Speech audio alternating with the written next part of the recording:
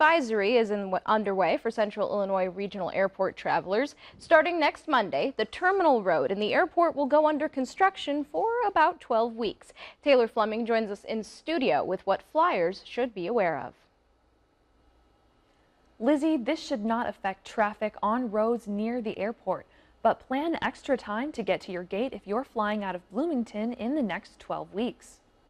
The roadways in front of the airport and the main entrance will remain open, but there will only be partial access to the front curb. Airport leaders say this could lead to an increase in traffic on internal airport roads. The short-term parking lot will be available for passenger pickup and drop-off. Roads will be refinished and resurfaced after years of normal wear and tear. The current curb is original to the building, which was constructed in 2001. After 20 plus years and the different type of weather we have in central Illinois, it's beyond what we could do in-house, so we're going to be doing a major rehabilitation to the road.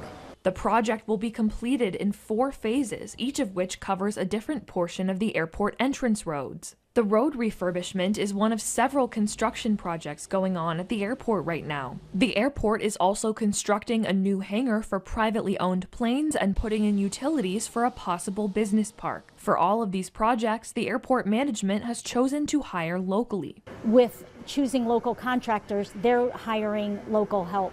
And so there's going to be between 60 and 80 employees hired from the local area for the various construction projects that are going on.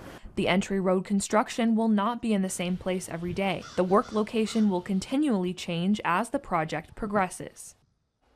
The Bloomington Normal Airport Authority says more than $24 million is going towards this and other construction projects at the facility.